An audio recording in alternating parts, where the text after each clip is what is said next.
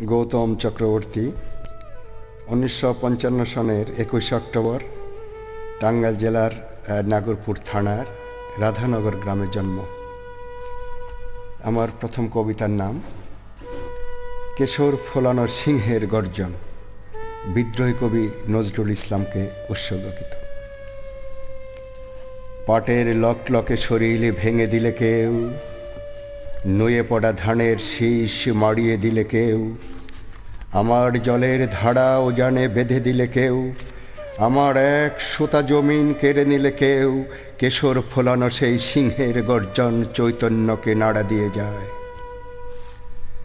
কারবালার কারাগারে বন্দীদের উপর জুলুম চালালে কেউ, প্যালেস্টাইনের বীর যোবাদের বুক গুলিতে ঝাঁঝরা করে দিলে কেউ, জামশেদপুর গুজরাটে হত্যার উৎসবে মেতে উঠলে কেউ, কালো মানুষের অধিকার বুটের তলায় মাড়িয়ে দিলে কেউ, সেই যুযুধান বিদ্রোহীর কণ্ঠস্বর সত্তায় আলোড়ন তুলে যায়। কৃষকের ধান কেড়ে নিলে কেউ, শ্রমিকের ঘাম শুষে নিলে কেউ, সৃষ্টি সুখের উল্লাস কেড়ে নিলে কেউ, এছিটে নারীর মুখ ঝলসে দিলে কেউ, দীপ্ত সেই সাম্যবাদী কবি পুনরায় সংগ্রামের ডাক দিয়ে যায়।